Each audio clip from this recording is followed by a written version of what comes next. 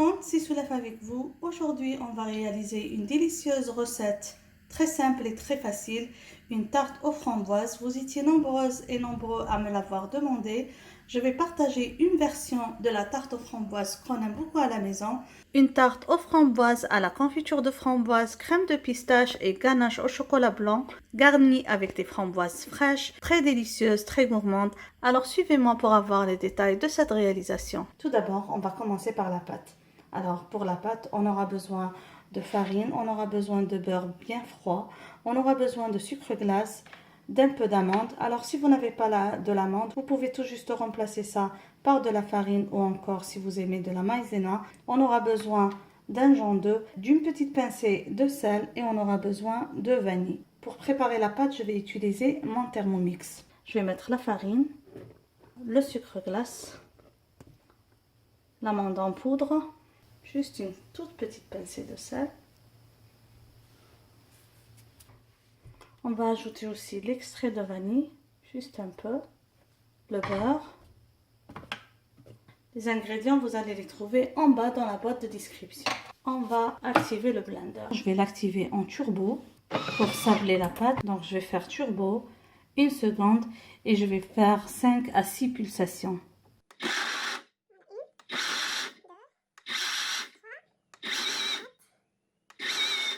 Comme vous pouvez voir ici, on a une pâte très sablée. Maintenant, je vais ajouter le jaune d'œuf et je vais mélanger le tout un petit peu. Et je vais encore activer le Thermomix pour avoir une pâte qui se ramasse. Au besoin, on peut ajouter une cuillère, juste une cuillère à soupe d'eau froide. Je vais faire juste 20 secondes à la vitesse 5. Et voilà, comme vous voyez, ma pâte se ramasse comme ça. Elle est bien prête. J'ai pas eu besoin d'ajouter de l'eau. Alors je vais mettre la pâte comme ça pour la ramasser dans un film alimentaire. Une belle pâte sablée que je vais mettre au frais pendant au moins 30 minutes. La pâte sablée a bien reposé au frais. Je l'ai retirée il y a 15 minutes du réfrigérateur pour que je puisse l'étaler sans problème. Je vais avoir besoin pour ma tarte d'une boule de pâte sablée que je vais étaler, garnir mon fond de tarte, la cuire à blanc quelques minutes dans le four. Je vais garnir cette pâte sablée avec de la confiture de framboise faite maison. Ma confiture de framboise n'est pas trop sucrée parce que lors de ma préparation, j'ai utilisé 1 kg de framboise pour 450 g de sucre. Si vous utilisez une confiture de commerce, il faut surveiller le sucre. Si le sucre est élevé dans la confiture que vous utilisez, vous pouvez diminuer le sucre dans la préparation de la crème de pistache. Pour la crème de pistache, on va avoir besoin de pistache en poudre, on va avoir besoin de sucre, de beurre à température ambiante. Bien sûr, si vous avez l'arôme de pistache, c'est encore mieux. Moi, je n'en ai pas, donc je vais juste parfumer avec un peu de vanille. Si vous n'avez pas de pistache, vous pouvez toujours remplacer par la poudre d'amande pour avoir une tarte amandine aux framboises. On aura aussi besoin de farine et de crème liquide. Tout ça pour la préparation de la crème de pistache. Pour la ganache au chocolat blanc, on va avoir besoin de chocolat blanc et de crème liquide. Puis garnir avec des framboises fraîches. Tous ces ingrédients, vous allez les trouver bien détaillés en bas dans la boîte de description. Maintenant, on va garnir notre moule avec la pâte sablée. Pour ma part, je vais décorer un moule de presque 25 cm. Donc moi, je vais étaler la pâte et on va garnir notre moule. Donc là, j'ai découpé un cercle de pâte selon la taille du fond de mon moule à tarte. J'utilise un moule à tarte perforé. Du coup, je ne vais pas avoir besoin de piquer la pâte et la cuisson, elle va être bien uniforme. Et ensuite, je vais couper des bandelettes dans la pâte restante de presque 1,5 cm de hauteur pour définir la hauteur du cercle de ma pâte. Comme ça. Voilà. Et on va garnir le cercle. Je voulais utiliser un cercle pâtissier que j'ai acheté ça fait longtemps, mais il était très étroit, donc il avait une hauteur de presque 1 cm et quelques, donc très petit. C'est pour ça que j'utilise ce moule là. Maintenant je vais essayer de couper des bandelettes de la même taille pour faire le tour de mon fond de tarte.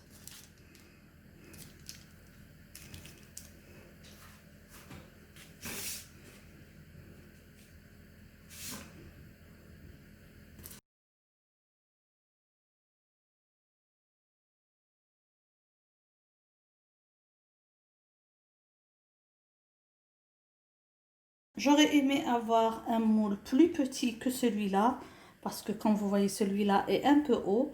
Mais en tout cas, si tout à l'heure, à la sortie de mon fond de tarte, je vais trouver que le fond de tarte n'est pas à la même taille, je vais juste l'aiguiser avec un zester et on va avoir un fond de tarte parfait. Je vais garnir comme ça avec un papier de cuisson et mettre un poids dessus.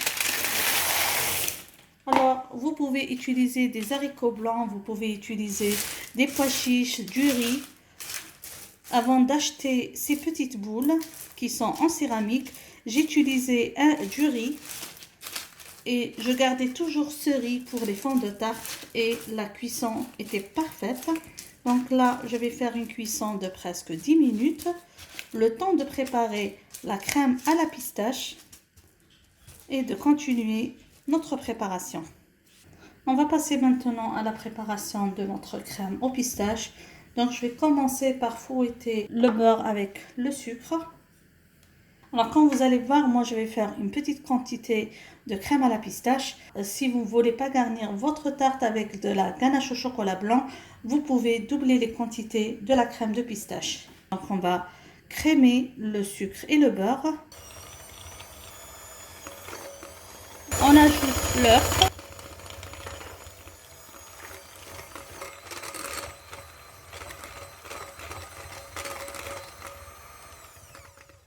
Là, je vais ajouter la crème. Si vous n'avez pas de crème liquide, vous pouvez toujours remplacer par du lait.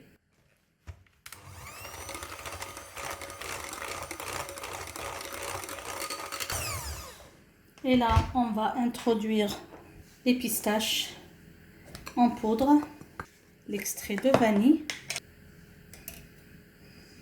et aussi la farine.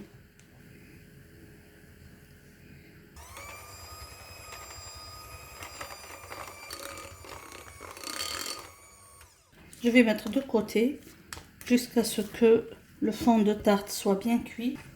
Donc voilà le fond de tarte cuit à blanc. Là, je vais garnir avec la confiture.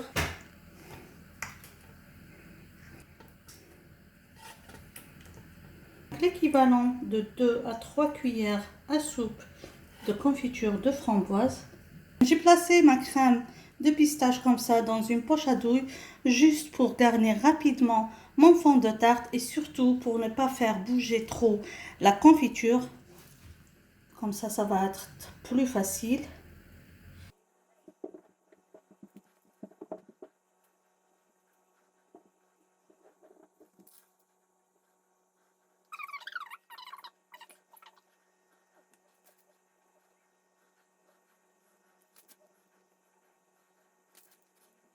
Là, je vais remettre au four pour une cuisson de 15 à 20 minutes et on va se voir à la fin de la cuisson. La crème de pistache a bien cuit. Je vais laisser refroidir un petit peu avant de passer à la préparation de la ganache. La ganache au chocolat est très simple à réaliser, mais après la réalisation, on doit laisser notre tarte au moins 2 heures dans le réfrigérateur pour que la ganache se fige et qu'on puisse passer à la décoration avec les framboises et à la dégustation. On aura besoin de chocolat blanc et on aura besoin de crème liquide. Comme ça, on va chauffer un petit peu la crème liquide sans la faire passer à l'ébullition, sinon elle va tourner.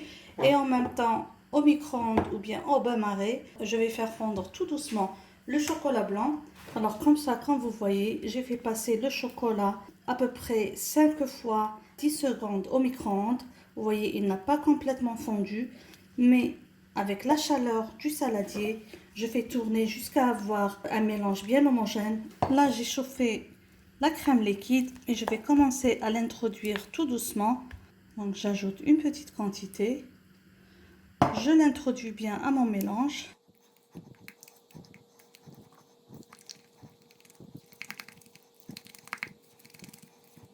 J'ajoute encore une autre quantité.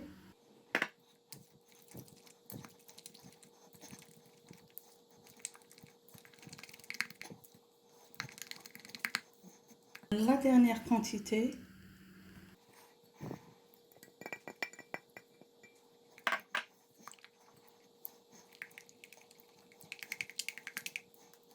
Là que mon mélange est bien homogène, je vais directement le verser sur ma tarte. Voilà, comme vous voyez, c'est bien homogène.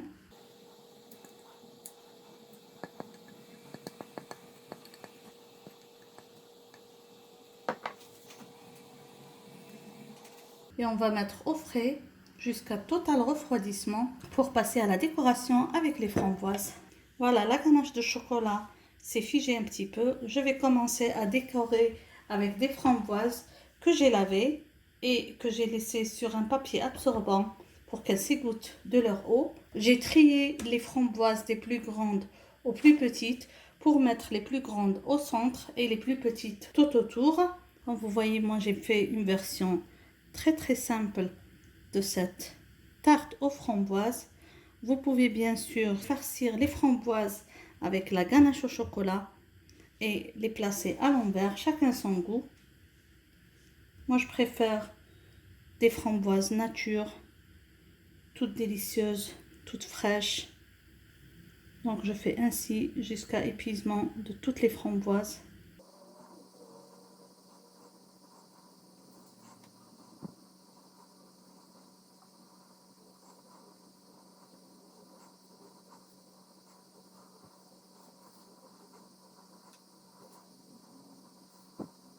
On va garnir le dessus avec un peu de sucre glace, juste un petit peu, quelques morceaux de pistache pour donner un contraste de couleur. Et comme ça, notre tarte aux framboises est prête à la dégustation. J'espère mes amis que vous avez aimé la recette d'aujourd'hui, que vous allez la réaliser et la réussir. Bien sûr, avant de se quitter, je vais vous montrer la coupe et comment est notre tarte. Sur ce, je vous dis encore une fois merci et à la prochaine réalisation. Bisous!